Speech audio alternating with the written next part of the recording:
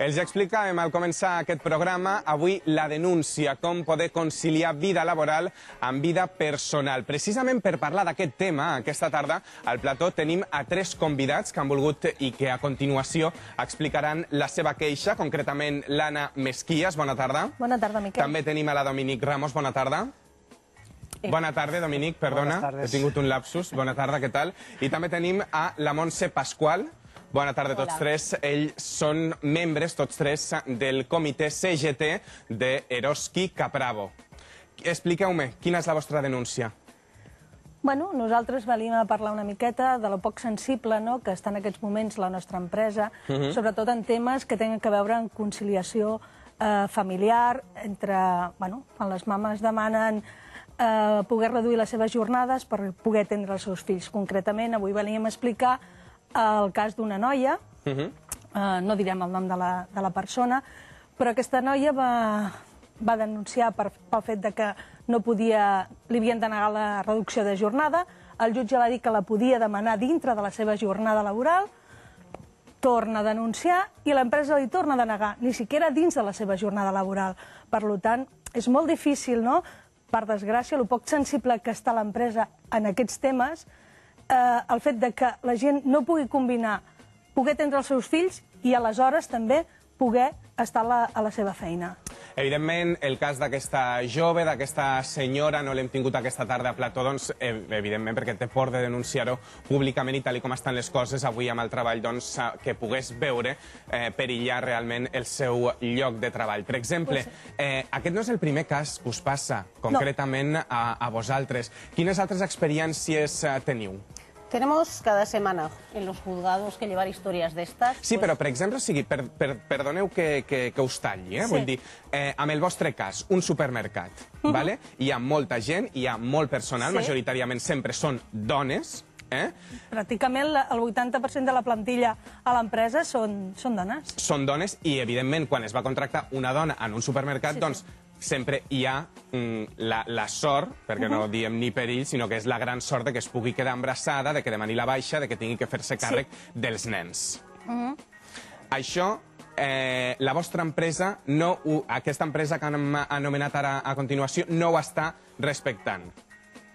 El tema de conceder la conciliación conforme marca la ley, en teoría la ley te dice que puedes elegir el horario dentro de tu horario habitual, tú reduces tu jornada y es lo que te tienen que dar. Tú tienes que organizarte el horario, tú sabes qué horas puedes trabajar i qué horas necesitas estar en casa por el cuidado de tus hijos. Sí, però jo entenc també, evidentment, que un horari, quan una persona va treballar per una empresa, s'ha d'adaptar a l'horari de l'empresa, que marca. Pero dentro del marco horario que tiene la empresa, yo elijo.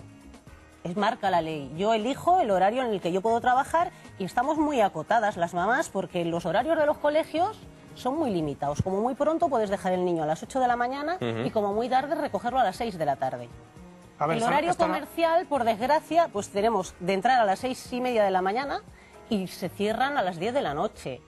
Dentro de ese horario tú tienes que acotar. La empresa no te puede decir, no, tienes que reducir tu jornada, pero me tienes que trabajar de 6 a 10 de la noche.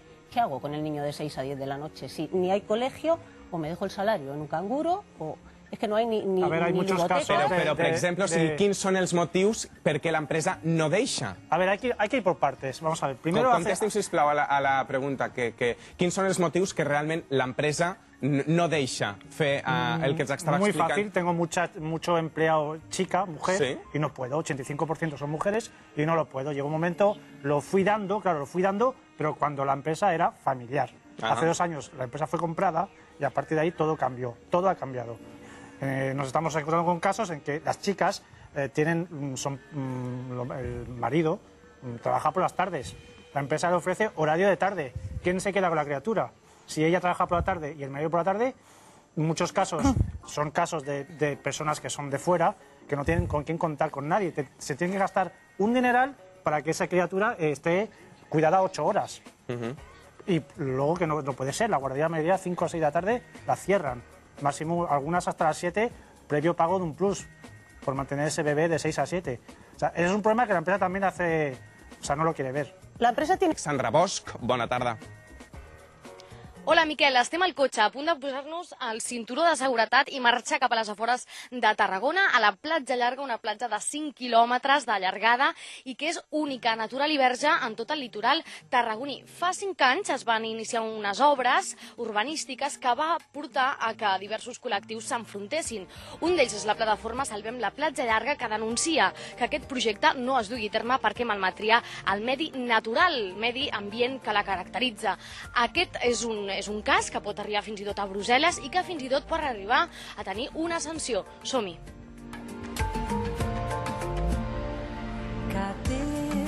Doncs ja estem a la platja en un dia fantàstic i amb un paratge natural i únic, com dèiem, d'aquí de Tarragona.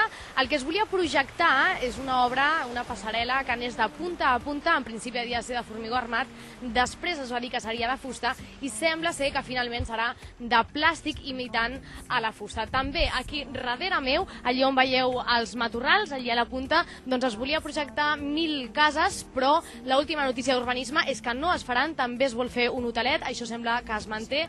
I teníem nosaltres a la portaveu d'una plataforma per defensa de la platja llarga i ella és Lola Paniagua, que ens explicarà les últimes novetats i una mica què és el que denuncien de que no es faci en aquesta platja llarga. Bueno, abans de tot dir que estem contentíssims de que no es facin les 1.000 cases, de que la plataforma es suavisi, però encara pensem que no cal una plataforma en aquesta platja, que la gent passeja per la platja, que el cordó lunar és molt estret, aleshores trencaria completament la dinàmica d'aquest cordó lunar.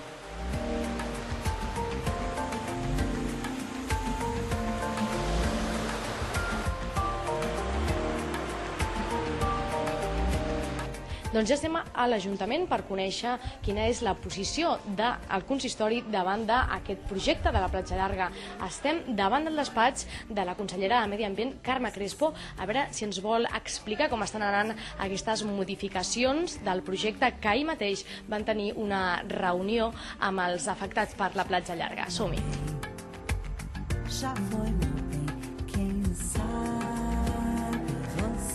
Carme, com estan anant les modificacions del projecte de la platja llarga? En quina situació es troben ara mateix? Ara, en aquest moment, els nostres tècnics de l'Ajuntament, d'Urbanisme i de Medi Ambient, estan treballant amb els tècnics de costes per refer aquest projecte inicial, el segon ja, no l'inicial que ells ens van presentar, perquè ells havien fet un inicial fa uns anys, ja ells mateixos ja el van canviar perquè el que van fer és admetre les al·legacions de PANA i d'Iniciativa per Catalunya al respecte, però llavors entrem nosaltres i l'alcalde els hi demana que encara sigui més respectuós amb el medi ambient el projecte.